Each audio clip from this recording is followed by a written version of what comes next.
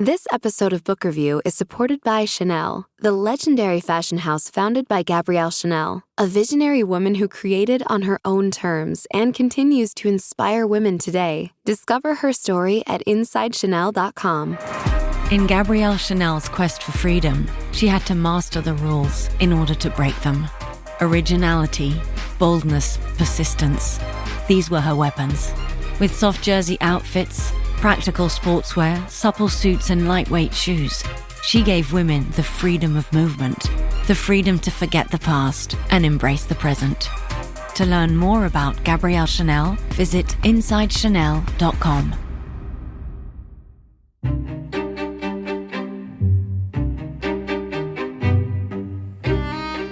This is a special live edition of the New York Times Book Review podcast. We are here in the Times Center talking about our 10 best books of the year. This podcast was recorded live in front of an audience on Friday, November 22nd.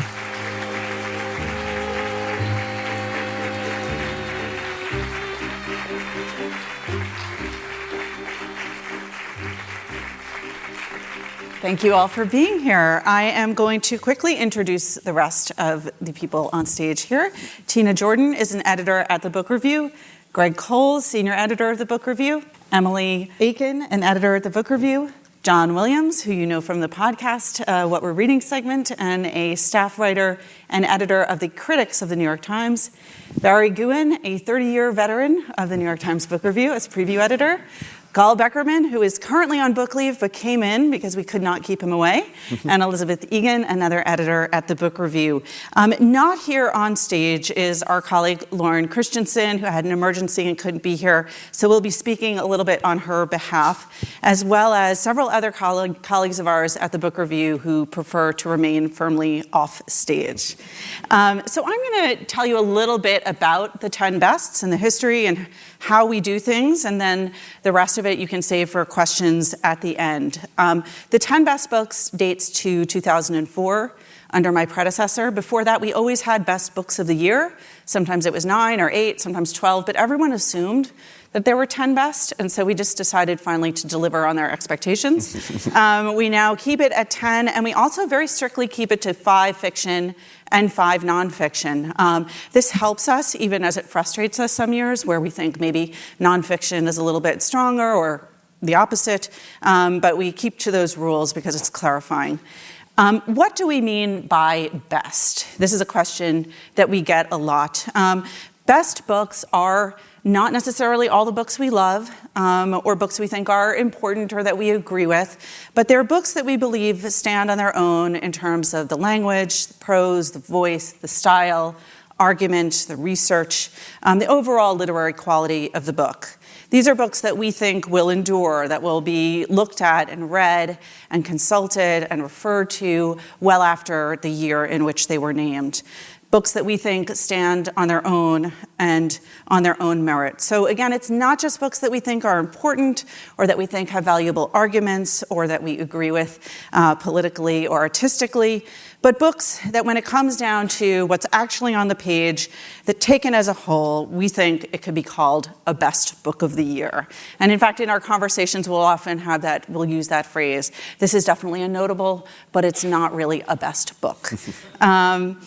So again, we had to get down to 10, so there are a lot of books missing. Another thing that it's important to say about the 10 best books is we are not curating a list. We're not looking at this as a whole. We're looking at it title by title.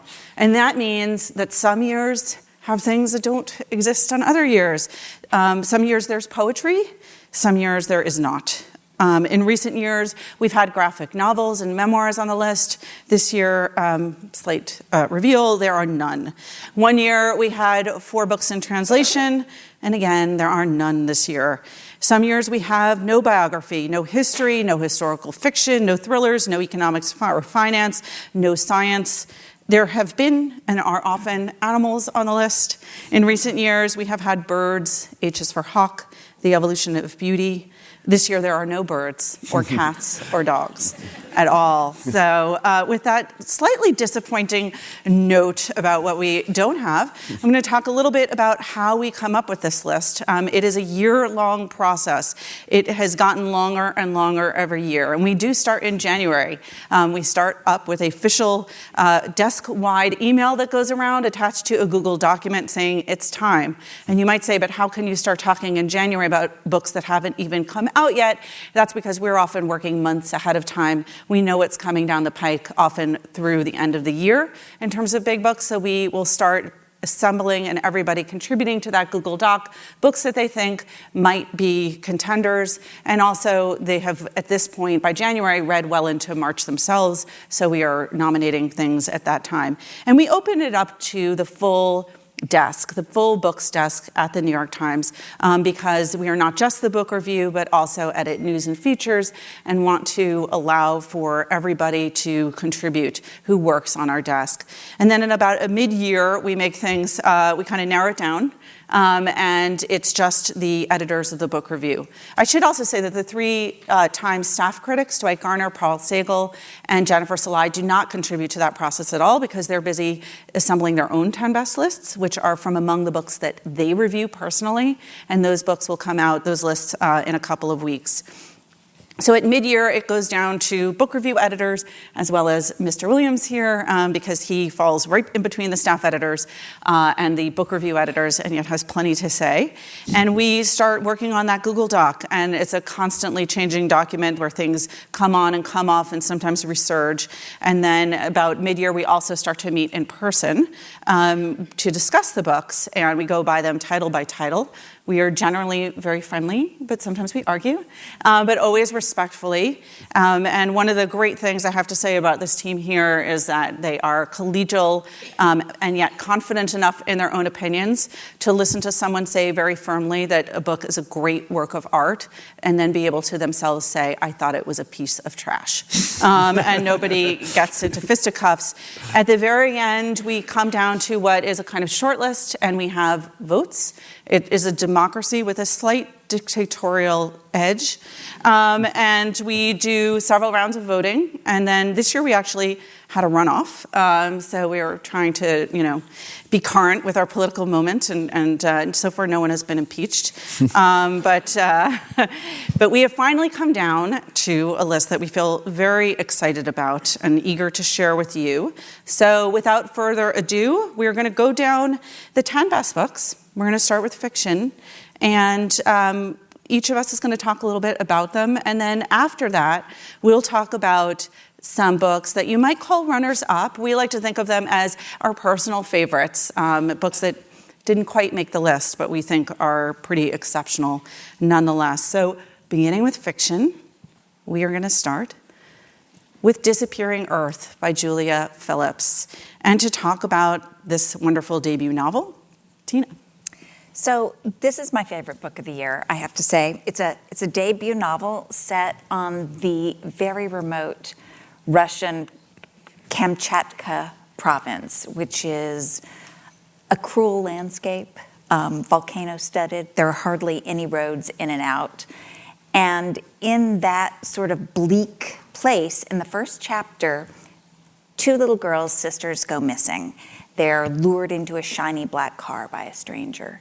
But what comes after that isn't a thriller. What you get chapter by chapter, each chapter moves the novel forward a month, and it's told by a different woman in the community. And as the shock waves of the girls' abduction is rippling throughout, everybody's affected in a different way. And so you see how the different women in the community are responding and are affected by, sometimes in very tangential ways, this crisis. And you also get little clues, tidbits, as you read, as to what may have happened to the girls. Some of you may have heard the author, Julia Phillips, come on the podcast and talk about the book. She spent 2 years as a Fulbright scholar in Kamchatka researching this novel. And I thought it was really interesting. She talked a lot about how violence, and violence particularly against women, is sort of the underlying theme of the book. And she wanted to show all the different ways in which violence sort of plays into. Absolutely, whether it's domestic violence or loved ones being killed, in car accidents. Yes. Anyone else want to chime in, Emily? I think you also emerge with this very strong picture of this part of the world, which, might not have been in your consciousness before, and in the sense of where one city is in relation to another and the native populations of the area versus the Russians who've come in. It really gives you kind of in addition to just the joy of reading the book, kind of a geopolitical sense of where this place is in the world. Well, I think lots of times we say, of the setting, it's a character too, and it's sort of like we don't. In this case, it really is. Yeah. I thought it was interesting, too, because it's not just the landscape, which, by the way, if anyone Googles the travel section, almost gave our game away by doing this terrific story on Kamchatka recently that had incredible photographs. But also looking at Kamchatka, looking at the really interesting dynamics between the Russians, who are essentially immigrants to Kamchatka, and then the native Siberian sort of Inuit tribes that have lived on Kamchatka forever. So, I just want to add something about the prose. This is a beautiful book. The writing has a kind of limpid quality that reminds me a little bit of Jhumpa Lahiri. But the violence that's sort of threatened and the menace that's lurking is conveyed with this sort of lovely, smooth prose. It's a beautiful book. All right, we're going to go to number 2, The Topeka School by Ben Lerner. So this is Ben Lerner's third novel. On the surface, it is a coming-of-age novel about a high school debate star and his psychiatrist parents in Topeka, Kansas in the 1990s. And the central conflicts are the mother's growing fame as a feminist author and the strains that puts on the family. And then also the ambiguously bullying relationship between the protagonist, the debate star, and an alienated, marginalized, learning disabled boy that they're kind of bringing into their circle. At a deeper level, though, it tells this story, but it kind of amplifies, it becomes about the seeds of the social and political discord that we are seeing right now in this nation, the polarization that's going on.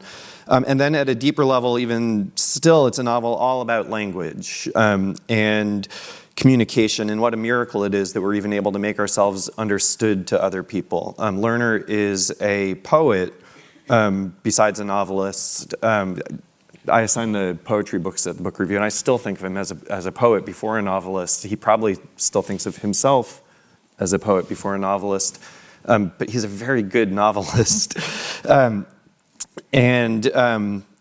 Last month, I was talking to a student at the MFA program at the Michener Center for Writers in Austin, Texas, and he pointed out that often when poets become novelists, they're very good at the language and at the kind of visual details, because this is what poets do in their work, but that Lerner is really talented at scene, which not a lot of poets are, that he knows the where and the when and the kind of how characters move physically through time in scene in a way that is very novelistic. And you see that right from the beginning in this. There's an opening scene that takes place in a boat that is just beautifully choreographed.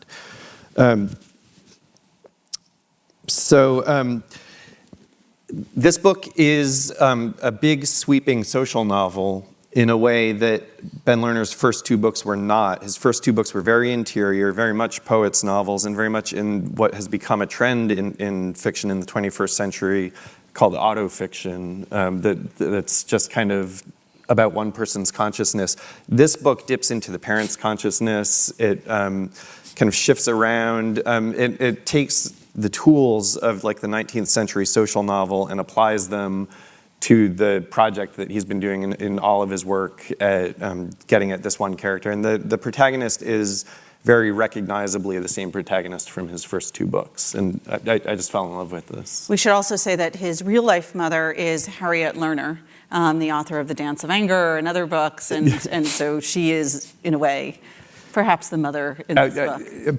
Yes, perhaps. Almost certainly. Yeah, more than perhaps. A lot of people who wrote at length about this book, I think, got caught up for good reason in its sociological themes and its political, the sort of deeper things it was saying about the way that Americans communicate about those things. And those things are very interesting. But I think what got lost in a lot of that was how enjoyable this is on the level of a social novel, like a Jonathan Franzen type book that is very accessible. I think it came across as, I think, more of an idea-driven book than it reads when you're going through it. There are great portraits of his parents and people that they know and this institute they work at, and I found it a very pleasurable read. I say it continues from his earlier books, but you don't have to have read those at all. I mean, it really stands on its own. It's quite different in a lot of ways. One of the things that happens that I always find interesting is how books come onto this list, onto our sort of early Google Doc in different ways. And this one sort of came on with a very sudden burst of excitement by Lauren Christensen, who's not here, but who worked on the review. And she's like, I'm putting it on very decisively. Whereas Disappearing Earth came out very early in the year and sort of circled back. It sort of arrived on the list mid-year. All right, I'm going to go to number 3, unless anyone else has anything else to say. Well, I just wanted to say, the passages about debate just blew my mind. They're virtuosic descriptions of what the experience of a high school debater might be. And as I understand it, Ben Lerner was a champion high school debater. And he's very troubled. I mean, the book is sort of alluding to implicitly about the kind of political manipulations of language that are going on right now. So although it's set in the 90s, that's sort of the implicit backdrop. And those passages about what a high school student is taught to do if he's skillful enough with language just are very, very powerful. And one thing he does, I don't want to get too deep into the weeds about the book, but he balances that debate stuff where they have to talk very quickly. It's called the spread, and they kind of introduce everything they can into there, with passages about freestyle rapping where they do the same. It's kind of putting everything in. So you get kind of mass entertainment and politics and debate. And then there's a grandfather who's had a stroke and has lost the ability to speak. And so there's all these different layers of language and communication kind of feeding off each other in there. It's marvelous. All right, the next book is Exhalation by Ted Chiang. This is a rare entry on our list for science fiction. I don't think even Barry, who's been here 30 years, knows the last time I can't remember a science fiction book. It's rare, if ever. Also, very infrequently do we have short story collections on our 10 best list, and that is also what this is. Lucia Berlin and George Saunders were sort of their 2 most recent 10 best books that were collections of short stories. Ted Chiang is a really interesting writer. He is by day a technology manual writer.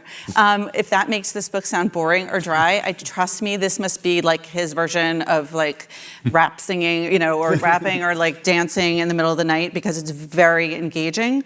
And it certainly is about technology, but it's so much deeper than that. It is about really the ways in which technologies inherently involves humans, and what technologies, both existing and potential future technologies, mean for humanity and for the soul. And some people might be familiar with his work who haven't read his books, and this is only his second book. His first book was called Stories of Your Life and Others, and the title story became the basis of the film Arrival with Amy Adams and Jeremy Renner, which is a movie that he was very happy with, felt like it did reflect and amplify what he had done on the page. And I think anyone who's seen that movie, which is on the surface, a book about aliens who come to Earth, so sounds very much in the realm of science fiction, knows that it really is a book about a movie about humans. It's about how we come up with language, how we communicate with one another. It's about memory.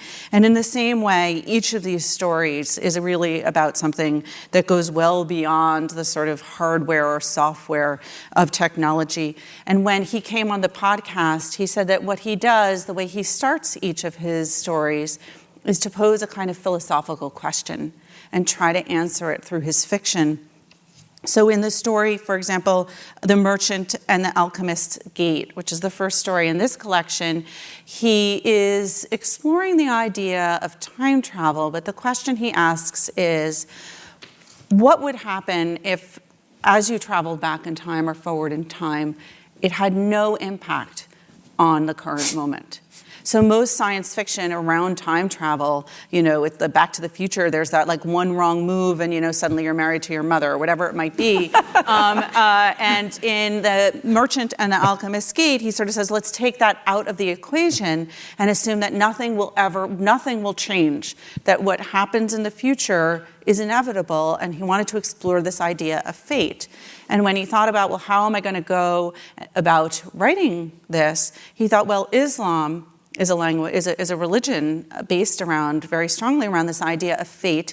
And so he decided to set it in a kind of 5th century medieval Islamic unnamed place, and the style is in the style of 1001 Nights, sort of told as a fable, and that is very different from the style of the other stories. He's really versatile. One of the reasons he only has 2 collections is he's a very slow writer.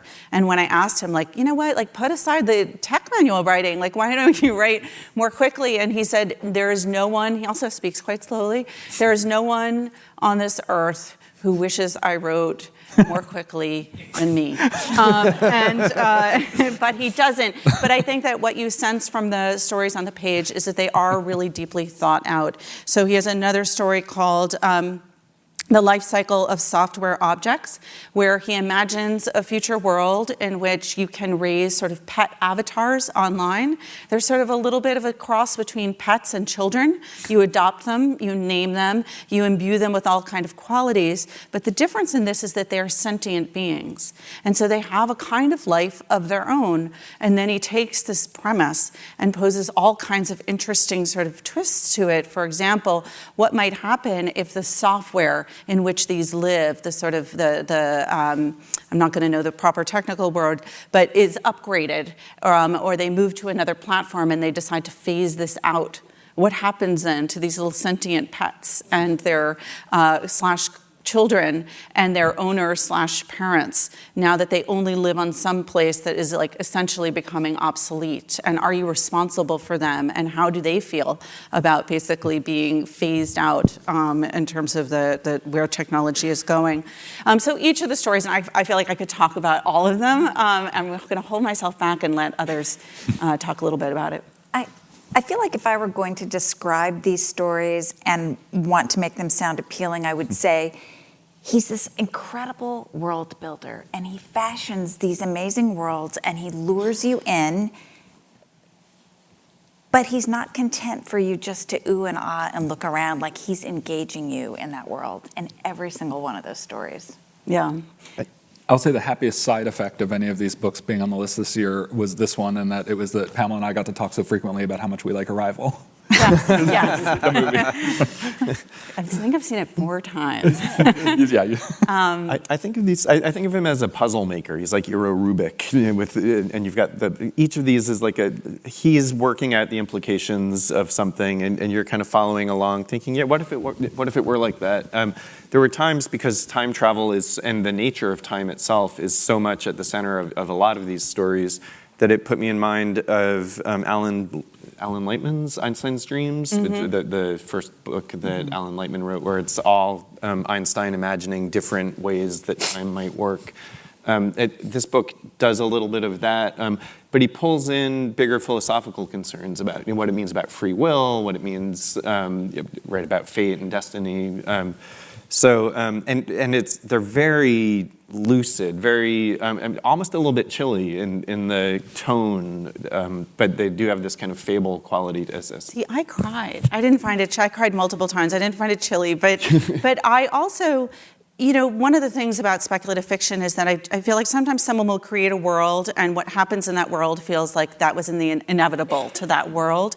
This book reminded me of Colson Whitehead's Underground Railroad in a way, in that he created this world that was so rich with possibility that every choice that the writer makes, you think, oh my God, that's so interesting, but I could also see this other thing happening in that world. And I felt like that very often with this book. So it really causes you to kind of contemplate philosophical questions. I should say chili is not any kind of bad thing for me. Okay. Whereas crying and warm is good for me. All right, let's go to the next one. It is Lost Children Archive by Valeria Luiselli. Okay, I'm going to talk about this. Luiselli's book is an original, really quite demanding and, to me, in my view, extraordinarily accomplished book. She's a Mexican writer, still very young. I don't think she's even 40. This is her 5th book. I believe it's her first to have been written in English. And as I understand it, she's long been active around issues around immigration and worked as a translator for migrants in this country and wanted to write a book about immigration. And it wasn't working, and that this Lost Children Archive is the novel she ended up writing. So these issues are embedded thematically in what is actually a novel centered around a family on a road trip. A husband, a wife, the kids are in the back seat. The couple's marriage is in crisis, but they're on a road trip anyway to the southern border. They share an interest in immigration. The husband is trying to document historic migration patterns involving Native Americans. So really, he's documenting an absence, places where Native Americans once lived, and were pushed off their land. And she is trying to locate the children of a woman who immigrated to the United States from Mexico, and her children followed her and disappeared, presumably into US custody. So these themes are embedded in the sort of story of the road trip. And the passages about the couple, I think told primarily from the wife's point of view, alternate with passages from a fictional book about migrant children in an unnamed country who are fleeing on a train across a border in brutal conditions. One of the children sort of plummets off the train to his death. They're being shepherded along by an oppressive coyote or person who's going to get them across the border for all their money. These are poor children. And it's a very elaborately constructed book, and it's a beautiful, beautiful book, very ambitious. With, again, this incredible, intricate architecture at its heart. Those inserts that you're talking about, there's photos and documents. Yes, there are also photos, right? There's a real kind of archival gesture going on. And I think it's just really an eloquent meditation on the wrenching circumstances that propel families to migrate and pull them apart. This was another book that I think was on people's radars very early, because she's a really well-respected writer, but had written kind of shorter, even more experimental books. And this is a bigger canvas and kind of a bigger swing, and she really knocked it out of the park. Her previous book, and it's killing me, I can't remember the title, but it was very much about her work as a translator for migrant children. Yeah. Mm-hmm. It feels like this book grew very organically out of that. She wasn't done telling the story and wanted to kind of give it a bigger stage. She also did a book that was just about teeth. Yes, the story of my teeth. Yeah. That title I remember.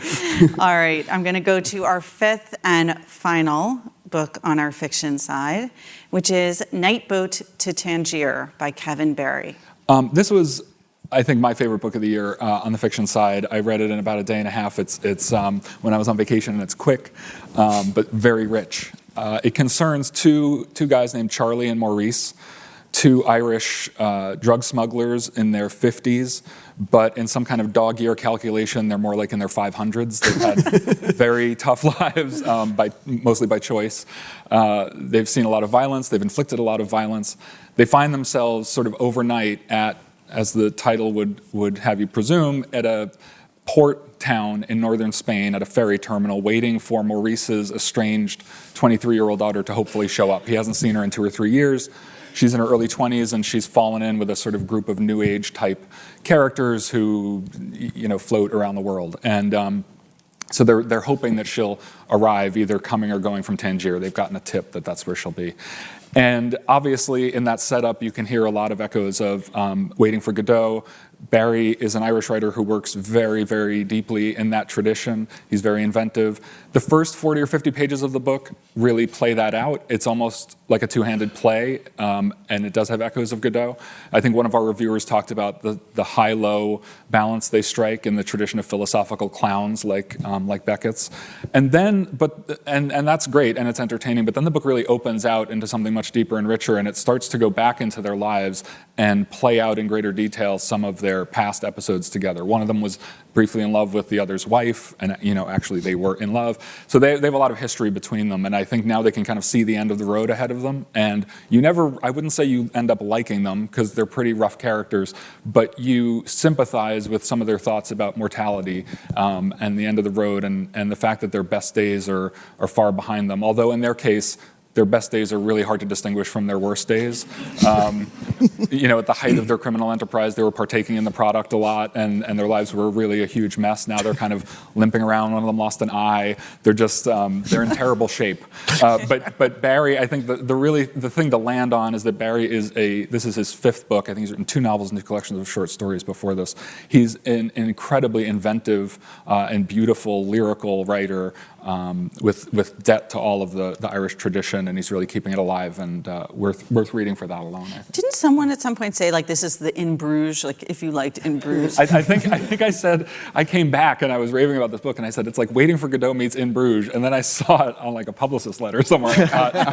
It's maybe, an obvious thing to say. I wanted to say that, like John, this is my favorite novel of the year. And I want to stress something that John mentioned at the end. I think it's a brilliant exercise in style. He's a remarkable writer. And when I say an exercise in style, I don't mean style in a kind of John Updike way, where you can sort of sit back and admire the construction of the sentences and the mastery of language. In this case, the style is almost a moral stance. And it made me think, and this is going to sound far-fetched, of Edward St. Aubyn's Patrick Melrose novels, because those novels, like this one, are dealing with very difficult, very ugly people, lives, and circumstances. A father raping his child and the like. The Melrose novels are about British aristocracy, the high life, also drugs, of course. This is about Irish lowlife. But what they share, what this novel and those novels share, is a kind of poise in the writing. It's grace under pressure. It's looking at the worst that humanity is capable of and standing there and saying, I can take this. I can look at it, I can describe it, I can stay alive, and I can stay moral. And I can even find little pockets of beauty in it, even though I'm not endorsing the entire, there's a kind of capaciousness to it about the human condition. For me, the beauty is in the style and in the poise. Yes. Yeah. All right, with that, we are going to move on to nonfiction. The first book is, staying in Ireland for a moment, Say Nothing by Patrick Radden Keefe. Speaking of the worst that people are capable of, this book begins with a crime. And the crime is a mother in Belfast, mother of 10 children. She had 14, 4 of them died. Who is abducted before her family by masked gunmen. And you don't know what happens to her until the end of the book. But this is not a true crime book. No sooner has Keefe described this elemental crime than he broadens the book to include Belfast, Northern Ireland, Britain. It's a book about the Troubles. It's a book from the 70s to the 90s and that horrendous, ugly conflict. And yet it's not a history book either. I mean, Keith says that if you want the history of the Troubles, there are many other books to go to. What this book is about people under extreme circumstances, and in some cases, choosing to be under extreme circumstances, and how their lives are warped and destroyed by those circumstances. It made me think of two other writers. The first one is John le Carré. And like le Carré, what Keith does is refuse to paint in black and white. Everything is gray on gray. There's tremendous ambiguity to all of the characters he's describing. And the real le Carré moment for me, and I'm not revealing anything when I tell you this, the real le Carré moment for me is when we learn that one of the most vicious of the IRA terrorists is working for the British. And so everything becomes morally convoluted and complex, and you lose your sense of grounding in that. What you have here are betrayal, hypocrisy, but the worst crimes are committed by the idealists, by the people who are trying to do good. And that's what brings me to the second author that it reminded me of, Dostoevsky. And it's Dostoevsky in that it combines belief and politics in a very ugly way.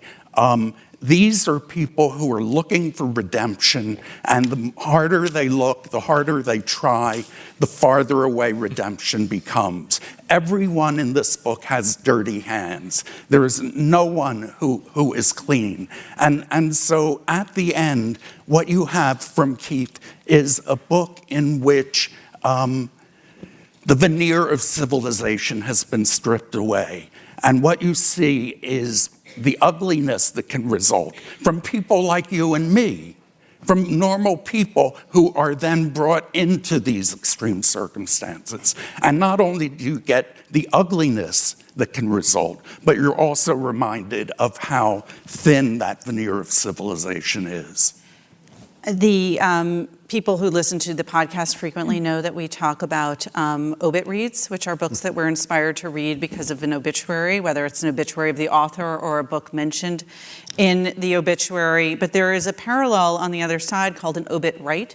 And this book was an obit right in that Patrick Radden Keefe read an obituary in the Times, I believe, of this woman, and then decided to go and write this book on that basis. We actually sit next to the obituary desk at the Times. And make of it what you will in terms of dead matter and dead wood and things of the past. Books are alive and well. Death is on our mind, but I think we have our next book, a rare, bright, cheerful spot. It is The Club by Leo Damrosch.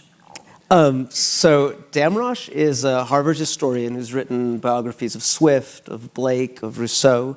And here he starts at the kernel of this book is a story that we think we know well, which is the story of Dr. Samuel Johnson, who's the famous 18th century writer and also dictionaryist.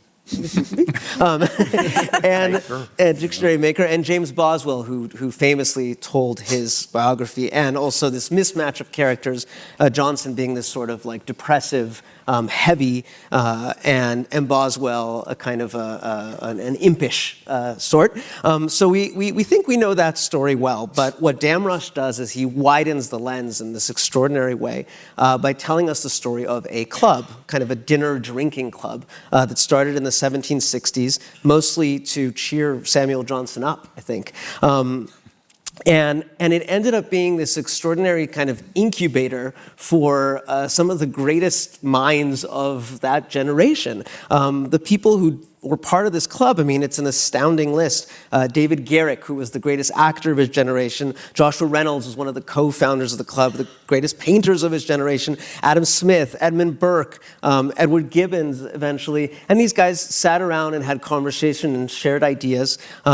And I think what Damrosch is trying to do, and he does this kind of in an extraordinary way by, it's almost like a group portrait of all of these people kind of who ended up sitting around this table, is he shows both how they're kind of a product of their world, that they really emerged from this moment in London at this time. But also the intellectual exchange between them, the kind of push and pull. It's sort of a counterpoint to like the great man theory, because you actually see them both in their time and in their community. One of the other interesting things that this book does, other people have noticed this too, I think Barry mentioned this, is its use of paintings and etchings within the book. So, if you want to get a sense of what London was like in the 1760s or 1770s, he really draws on these images, and you see them, they're in the book, and they're interspersed throughout to help tell that story. He also is really good on including women's lives. I mean, women were not a part of this club, and the club continued for I think it still continues. Exists. There was never, Virginia Woolf was never part of it. But he finds the women who are kind of outside the borders of this story, including Joshua Reynolds' sister, and illuminates something about Samuel Johnson that a lot of people, I think, who even really know his story didn't understand well, which is that some of his greatest intellectual friendships were with women. So I thought it was a kind of exceptional book in terms of kind of painting a portrait of a group of people and how and their world, their era. I just want to add a small point, which you mentioned, but the visuals. You turn the pages, and there are the etchings and the paintings and the portraits, and I can't think of a book, a serious book, where the visuals mattered so much. It's not the visuals that make this a best book of the year, and what Gal has said, I think, captures what does, but those visuals just add to the pleasure of the reading experience in a way that I can't think of any other book doing in recent years. All right, we'll go to our third book, which is The Yellow House by Sarah M. Broom. Just won the National Book Award for nonfiction as well. Yeah, I'm so happy to talk about this remarkable book. It's a first book, Sarah Broom's first book, and you've been hearing about it this week since she just won this award. The book is many things. It's a family saga. It's a memoir as Bildungsroman. It's an urban history of New Orleans, and it's a history of racial discrimination. But it's also the story of a house, the yellow house of the title, a shotgun yellow house with vinyl siding, not too large, not fancy, on a plot of land in East New Orleans, which was a neighborhood it was developed in the middle of the 20th century, a very ill-conceived project surrounded by flawed levees and waterways that never took off and became, as a result, sort of cut off from the city and more affordable to minority residents who were being discriminated against and couldn't afford to live elsewhere. And Sarah Broom's mother, a 19-year-old widow, bought this house on this plot for a few $1,000s and moved in. Eventually, she had 12 children who lived in the house. A second marriage resulted in many more children. Sarah was the youngest. The house no longer exists. It was destroyed, finally destroyed after years of falling into increasing decrepitude. It was destroyed by Hurricane Katrina. That was the final blow. And a good chunk of this amazing book consists of a kind of bravura reconstruction of Hurricane Katrina and what happened to her family who were dispersed by the storm, and to the house itself, which finally collapsed. But what's really, I think, remarkable about this book is the kind of forensic quality of her exploration of this family history. It's almost a kind of archaeological project. Sarah, being the youngest, the house had a long, long history before she was born, which she reconstructs. She interviews her siblings. Her mother almost steals the show. It's hard to say which is the main character, the house or the mother. The mother has this kind of vivid, distinctive voice. Her siblings do as well. And she pores over fragments of decor that the family has salvaged or remembered. Polaroids. I think she has just a few photographs of her father who died when she was 6 months old. So there's this extraordinary way in which the book is an act of preservation and reconstruction. I came across a quote from the artist Louise Bourgeois recently where she said something like, we pile up associations the way we sort of pile up bricks. and that memory is its own form of architecture. And I thought that was a beautiful description of this remarkable book. It's also about Katrina in a way, but it's almost like this kind of psychological backstory to Katrina, because you're getting the life of one family who ended up suffering in the storm and losing their house. But you understand so much about their existence in the city, their relationship to different parts of the city. What does it mean to live?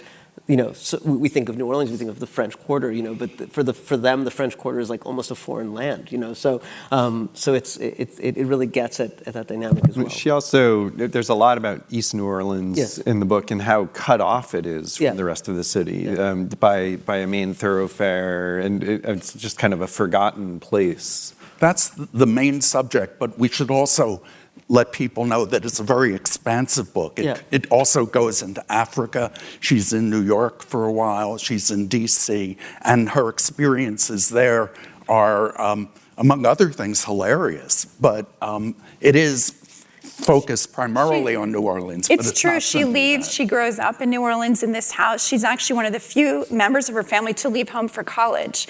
And she goes off to Africa and has really interesting experiences. But she's always returning to New Orleans. And later in the book, she works in the mayor's office. And so it's really a search for home, a search for family, a search for where we belong as a group, and against this backdrop of suffering and oppression, really, that this Black family experienced. Tina talked about the phenomenon of a place being a character in a book. And in this book, I think you have both a place and a home, a city and a structure that become characters. Obviously, it's nonfiction, but they speak so loudly that it's impossible not to hear. All right, I'm going to go to our fourth book. It is No Visible Bruises by Rachel Louise Snyder. I was reading this book this fall on my front porch when a neighbor stopped by and looked at the cover. When you work at the book review, people always want to know what you're reading. And a friend looked at the cover of this book and said, how could you read that book? How could you read a whole book about domestic violence? And I didn't miss a beat. I said, how can I not read this book? And when I knew that I was going to talk about it today, 3 statistics stuck in my mind from having read this book over a month ago. And I did double check that these are correct, but they stuck in my mind so clearly that I barely had to fact check. The first one is that 50 women are shot every month in this country by a partner, by someone they know. And I'm assuming possibly somebody they trusted at one point. Domestic violence is the 3rd leading cause of homelessness. And also in 80% of hostage situations in this country, domestic violence is involved. Rachel Louise Snyder is a creative writing instructor at American University, and she really goes behind the statistics to tell you the story of domestic violence as it is now. She tells you, she connects faces to, she tells these stories with actual human beings behind them, not just survivors of domestic violence, but the men who commit domestic violence, and also the survivors in cases where somebody has died. She talks extensively to family members and makes these stories come alive on the page. She asks the question not just why didn't she leave, but also why did he do this? She meets with men at groups in prisons that are supposedly rehabilitating abusers. And it was a book that once I finished it, I just could not stop thinking about. And I just knew it was important and a conversation we should all be having. It's a shame that it has to be this way, but when something is important and so disturbing, it helps for someone to be able to bring those things alive, and not in a way that at all lessens its impact, but just if you do think of this as a book that would be sort of like eating vegetables, I would just challenge anyone to open it up and read the first section, which is, I don't know, maybe a dozen pages or something. And the way she introduces you to this character and lets you know who this person is and why he's involved in the situation he is, and if you can stop reading after that, then you're tougher than All right, I'm going to go to our last book on the nonfiction side and the last of our 10. And after this, we will do a kind of lightning round of other books that we really admired and enjoyed this year. But before that, number 10 is Midnight in Chernobyl by Adam Higginbotham. You know, when I was planning what I might say about this book, I was going to begin by saying, this is a remarkable achievement. And it is. But when I look or listen to the discussions of the nonfiction books, I certainly, and I think maybe many of my colleagues feel this has been an extraordinary year for nonfiction, and every one of the books we're recommending to you is a remarkable achievement. Let me talk about what's specific to the achievement of Midnight in Chernobyl. What Higginbotham has managed to do is to take a technical subject and not only explain very clearly to readers all of the technicalities involved in nuclear energy and reactors and nuclear power, but to encase that very clear description in a thrilling narrative. He's interviewed everyone he can in Russia, the former Soviet Union, to learn day by day, moment by moment, what actually happened at Chernobyl. And so you get a narrative that's technically adept, but it's also novelistic in its portrayal of the people who were involved in this disaster.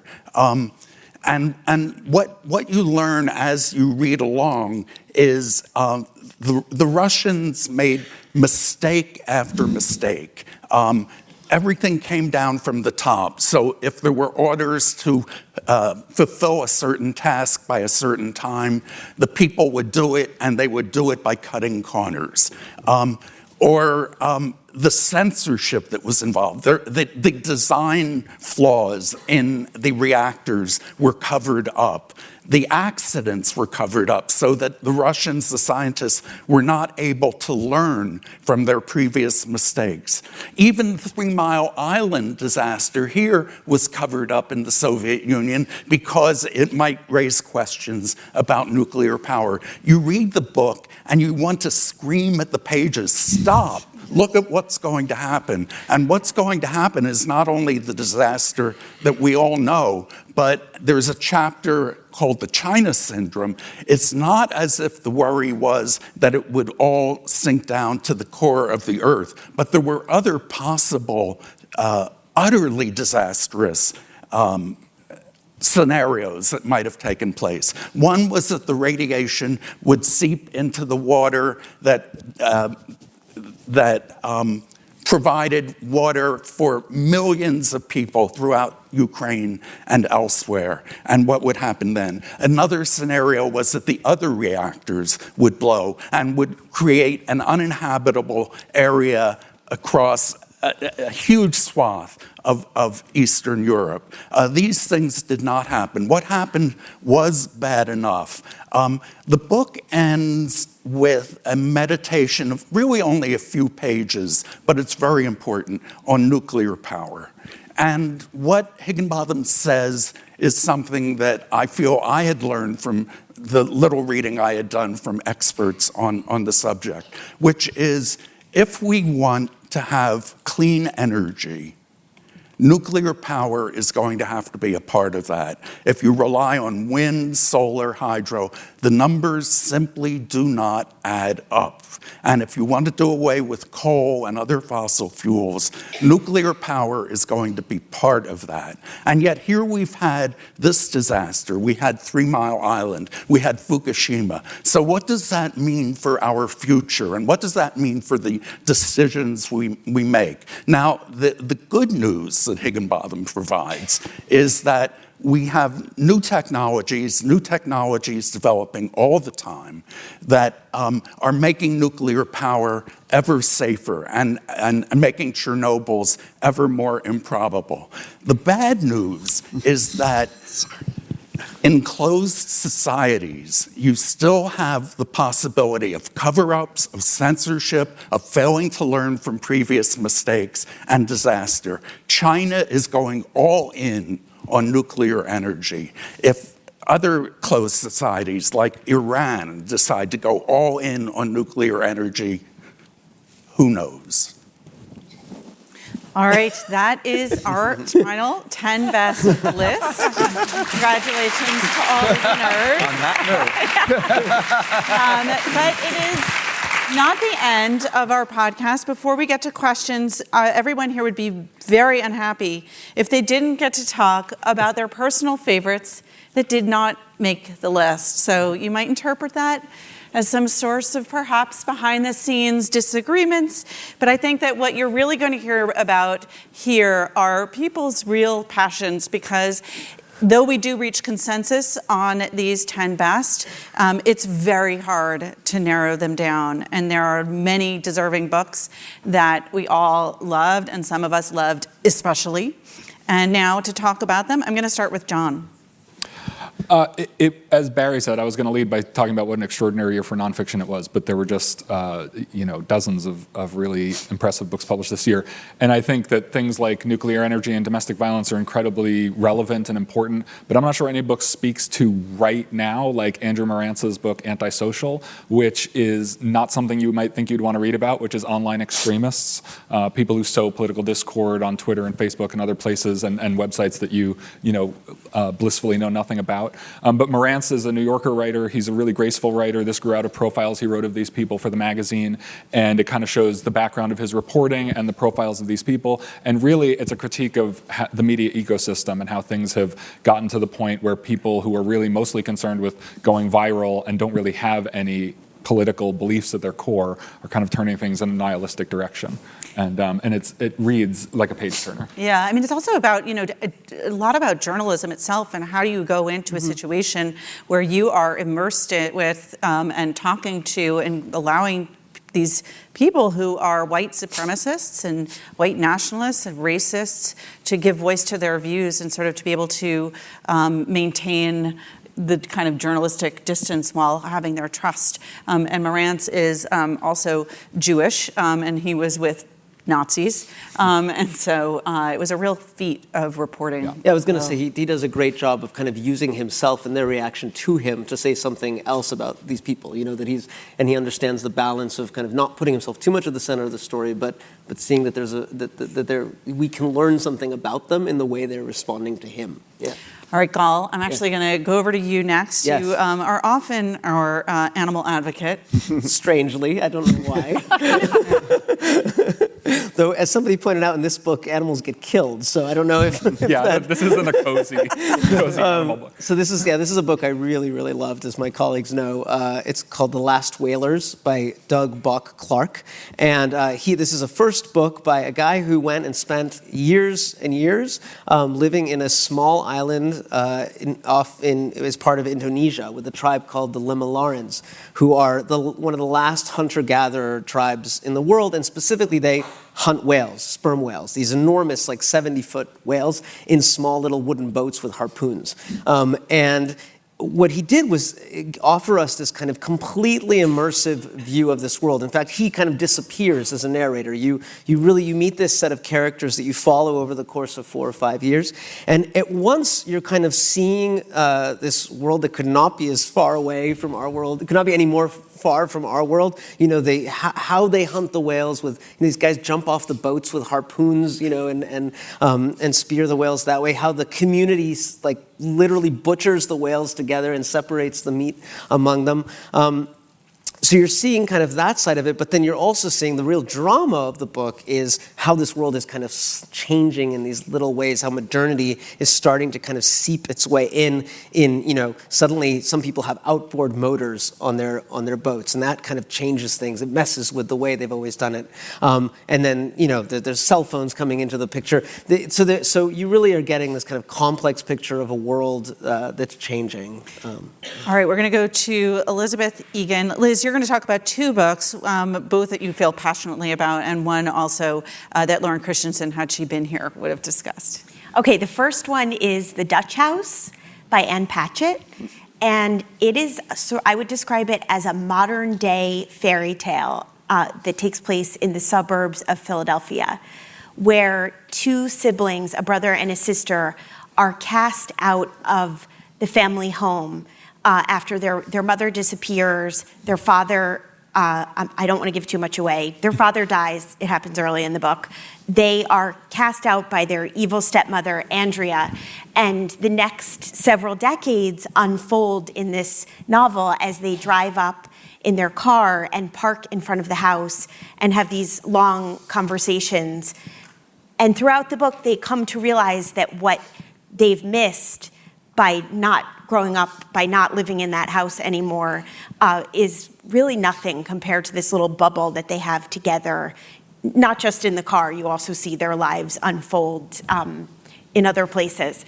But what I loved about it is that it had been a long time since I read a book with such a powerful brother-sister relationship. It's really, and I mean this not in a flowers in the attic kind of way, it's a love story between the two of them in an appropriate sense, and it's beautiful. The other book that I wanted to tell you about, actually Lauren Christensen wanted to tell you about also, is called Know My Name, and the author is Chanel Miller. You might know her as the Stanford rape victim. You might know her as Emily Doe. You might know her as the author of a victim impact statement that has been read millions and millions of times. It was published on BuzzFeed. And you might know her as the woman who was on the cover of Time magazine last week. And Know My Name is her memoir of surviving this brutal rape on the Stanford campus and her journey through the trial and what carried her through. And I think I said this on the podcast a few weeks ago. What really struck me as I read this book is the fact that this is somebody who would have written a book anyway. You're watching a writer just kind of unfurl her wings during the course of this book. So I'm really curious to see what Chanel Miller does next with her incredible talent. Emily, over to you. Oh, yes. So the book I want to mention today is What You Have Heard Is True by Carolyn Forche. Forche is a poet and a translator. She's also an activist, and this book is really an account of her political awakening in the late 70s. She was 27, living in Southern California, working as a teacher and translator, and chain smoking a lot, when a strange man knocks on her door, and it turns out he's driven 4,000 kilometers from El Salvador to see her. He has a tenuous connection to her. She's translated poetry by a relative of his. But it's a really tenuous connection, and it's not at all clear what he wants. And he moves into her house, unrolls some butcher paper on her kitchen table, and proceeds to basically mansplain the history of El Salvador to her, and smoke a lot of cigarettes. And she sort of takes this in. He makes a lot of diagrams on the butcher paper, and it's not clear what he wants. But after 3 days, he says, essentially, I want you to come down to El Salvador, a country that's under the increasingly oppressive rule of this right-wing military dictatorship. It's a country on the brink of war, and I want you to come bear witness and see what's going on here. And improbably she does. So she flies down to El Salvador. And the book is really the story of her encounters in this country. This man, his name is Leonel Gomez, is a very mysterious figure. He seems to know everybody. Colonels in the military, these right-wing brutal guys who are disappearing people and dumping them out of helicopters into the Pacific. But he also knows a lot of peasants. He seems to be a coffee farmer. It's not clear, is he working for the CIA? Is he a revolutionary? Is he a communist? Just who is he? And the book I think the kind of power of the book is in the way it shows the kind of uncertainty, chaos, ambiguity, and kind of state of kind of fear and menace that describes, a country on the brink of change. History is always written in retrospect when everything is turned into a kind of narrative that has logic and sense. And this is a woman feeling her way through chaos. Her life is threatened. She stumbles over corpses in fields. And not a lot of it makes a lot of sense. And of course, we know that El Salvador did have a brutal, bloody civil war shortly thereafter.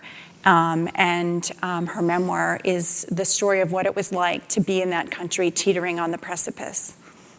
Tina, over to you. Over to me. I loved Nothing to See Here by Kevin Wilson, and I will just say that if I told you it's a novel about two children who spontaneously combust when they become emotional, you might not be interested in it, but you should stick with it. It's this charming, funny, right on the border of whimsical, but it never becomes whimsical, novel about two old friends. And one steps in to help the other by becoming a nanny to the aforementioned fire children, of whom she's the stepmother. And that's the narrative drive of the book, her caring for these children. I will say it's really a novel about finding family, about making your own family, and about keeping the people you love safe. I don't know if anyone actually else on the desk read it. Oh, you did, Greg. I didn't realize that. I just read it, yeah. I loved it too. Yeah. Yes. But no whimsy, which we are deeply opposed Yes. to here at the Book Review. Greg, you get to talk about two books because, as you mentioned earlier, you wear two hats here at the Book Review as our poetry editor. So I do want to mention a book of poetry. Actually, Carolyn Forche, in her memoir, the acknowledgments say that she wrote her memoir at the urging of a poet named Ilya Kaminsky. And his second book of poems came out this year. It's called Deaf Republic. Ilya Kaminsky migrated from Ukraine when he was 16, when it was still part of the Soviet Union, came to America, and he is mostly deaf himself. And he's written this book that is in the form, it's a poetry collection, but it's in the form of a 2-act play. And it tells a cohesive narrative about a set in a fictional village that feels like a Soviet village under the rule of authoritarian soldiers. And a deaf boy is shot by these soldiers at the beginning of the book. And kind of one by one, the villagers react with silence, with kind of silent resistance, turning their backs on the soldiers, enacting deafness, although they are not deaf themselves. And so it becomes this kind of epidemic of psychic deafness in the town, orchestrated by a puppeteer. So there's something of a fable or a parable about this book.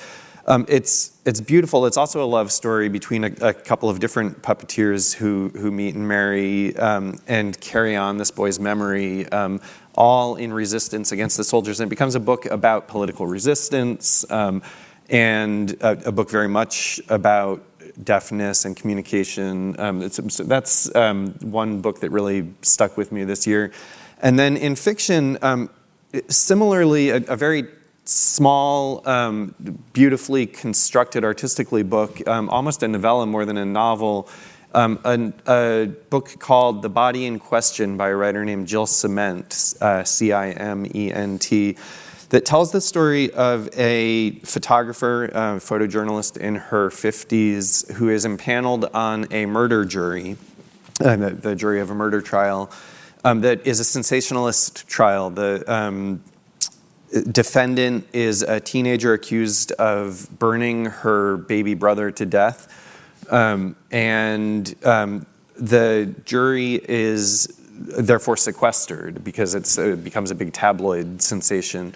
And the photographer is married to a much older man who's now ailing.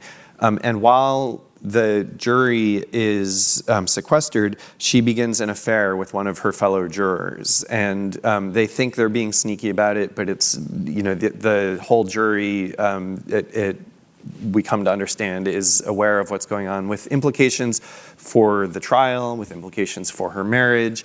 And it's a book that feels like everything extraneous has just been pared away. And so what's left is this story where everything kind of resonates with everything else. And she's grappling with her husband's physical failing at one point.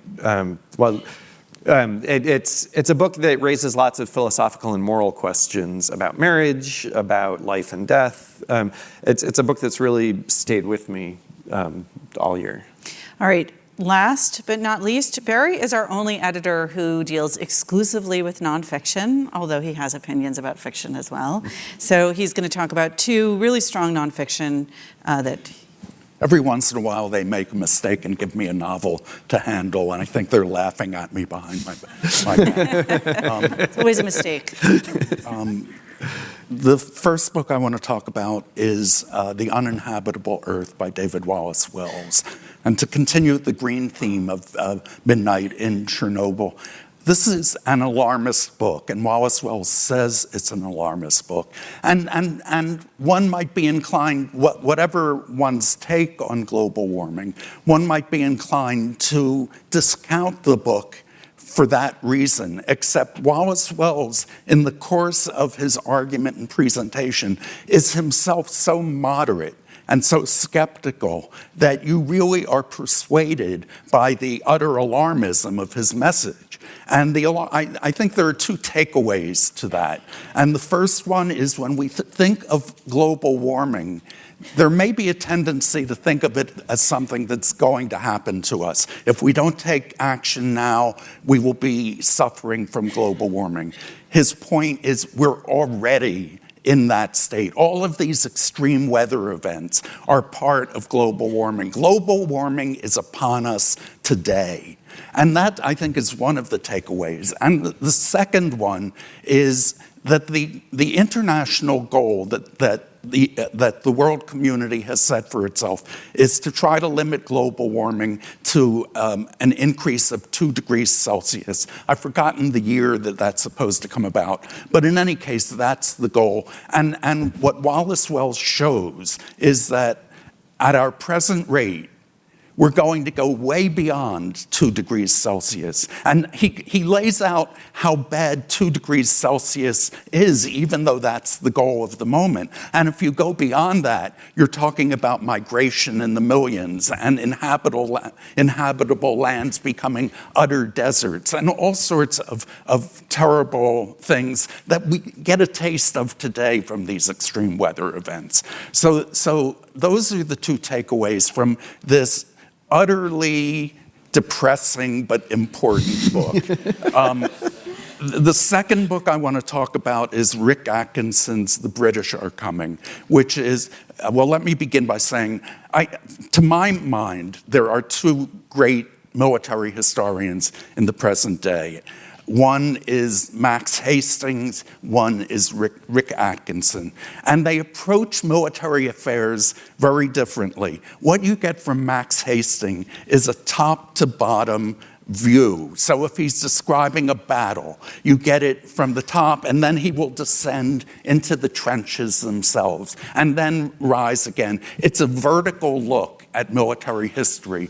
What Atkinson did in his books on World War II, and now he's turned to an utterly different subject, which is the American Revolution, and you think, how could this man do this? But he pulls it off, because what he does is have an incredible feel for drama. Instead of that top to bottom, it's horizontal. He sets out scenes for you and adduces so much particular detail that the whole thing comes alive.